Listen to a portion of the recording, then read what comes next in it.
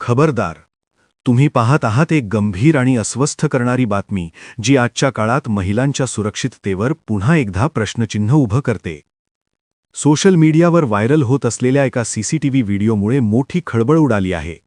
या व्हिडिओमध्ये एका महिलेने आरोप केला आहे की ब्लिंकिट या ऑनलाईन डिलिव्हरी प्लॅटफॉर्मच्या डिलिव्हरी बॉयने पार्सल देताना तिच्याशी गैरवर्तन केलं.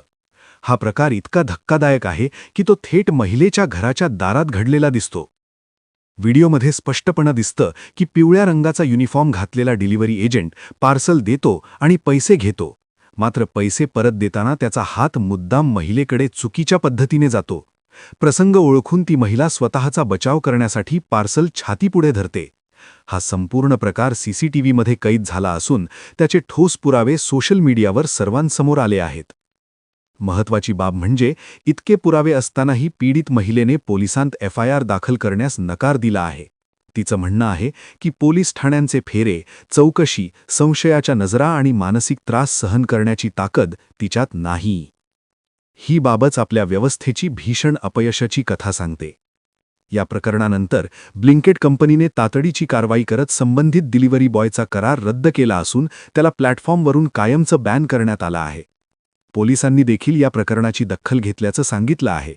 पण खरा प्रश्न असा आहे की केवळ निलंबन किंवा बॅन केल्याने महिलांना सुरक्षिततेची हमी मिळणार आहे का? दिल्ली, मुंबई, बँगळूर असो वा लखनौ, महिलांवरील छेडछाडीच्या घटना दररोज समोर येत आहेत. अनेक घटना तर भीती, लाज किंवा सामाजिक दबावामुळे लोंदवल्याच जात नाहीत.